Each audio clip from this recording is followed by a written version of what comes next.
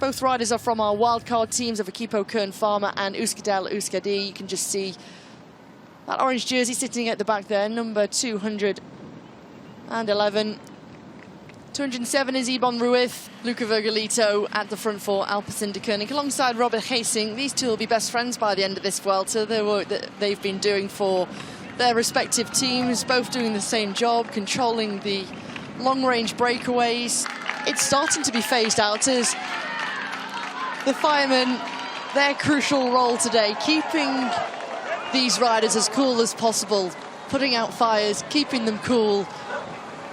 Inside 1 minute for the two riders out front, Ibon Ruiz of Equipo Kern Pharma and Chomin Juristi of Euskaltel Euskadi.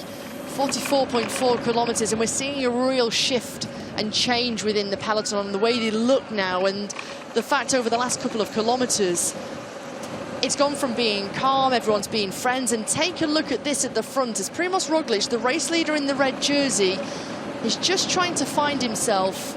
Moves over to the right-hand side of the screen, the left-hand side of the road. He's got Chomin Juristi and Ibon Ruiz. They're going to say thank you very much to each other. Escargasco, muchas gracias. They've had a brilliant day in the breakaway together. Our two wildcard teams, they're about to be caught by the peloton. 37.9 kilometers to go.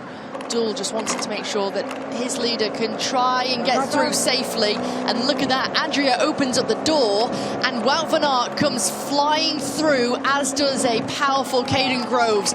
Both of them throw for the line. It looks as though Groves took the 20 points. They both shrugged the shoulders over the speed bump. And we see a lot of the general classification teams in the front currently. They need to keep their leaders in front, just to make sure that if there is any sort of problem, they can still react. Speed high, and it's even harder. And then we see a crash here. Big crash. Big crash, and 10.5 kilometers to go. That's brought down the Portuguese road race champion, Rui Costa, amongst others. This is exactly what Koen de Kort was talking about keeping yourself up towards the front, and it happened in first position, first wheel, and it was his teammate who went down a drain, down a grid, came down. There was no way of trying to save that, and Rui Costa coming down. That was a hard crash. Owain Doull, the first rider to come down there, the man from Cardiff in South Wales. Just 3.8 kilometers to go, and from here on in, it's a straight run all along the river for this finish here into Sevilla. Rear wheel puncture here for Mikel Landa, but there's going to be no stress because he's inside 4 kilometers to go. Because he's got the rear wheel puncture, he's going to be given the same time as the winner and the group that he was in. Alpecin-de-Koning in those blue denim jerseys move to the 4, and they've got 5 riders to protect and lead out Caden Groves. He's got a good position currently. The green jersey's there, and he's wanting to follow Caden Groves. And Wout van Aert, he doesn't have the strength in the lead out like Groves.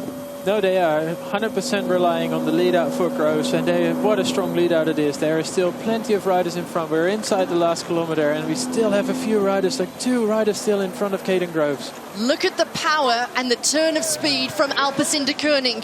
Less than 1 kilometer remains as Affini now starts to move up in that yellow jersey to try and pilot and bring up the green jersey, his teammate Wout van Aert. Now it starts to open up. It's quite messy. Brian Cockar is there for Cofidis in that red and white jersey. Bittner's trying to move himself up for Team DSM Firmenich, as is Arne Marit. Currently it's still Alpecin-de-Koning, who've still got 1 rider. It's Adi Plankert for Caden Groves. Here the sprint starts to launch. It's Pavel Bittner who's got the jump. Here's Wout van Aert in the green jersey coming in, and it's like a bull has been unleashed. It's going to be a throw to the line, and that's close, but it looks as though Pavel Bittner has just taken his first Grand Tour stage victory. This is a mistake made by the lead out for Alpecin-de-Koning. You can never leave that gap on the left-hand side open, and there's a full surprise. There is no chance that he gets anywhere near now Caden Groves. He has the speed, but he starts from way too far back. Wout van Aert into a real drag race, and it is super close on the finish line. It is really close on the finish line. Someone who's won so many stages, someone who is so strong, already won a stage here in the Vuelta, and he really matches him at 21 years of age and just pips him on the line.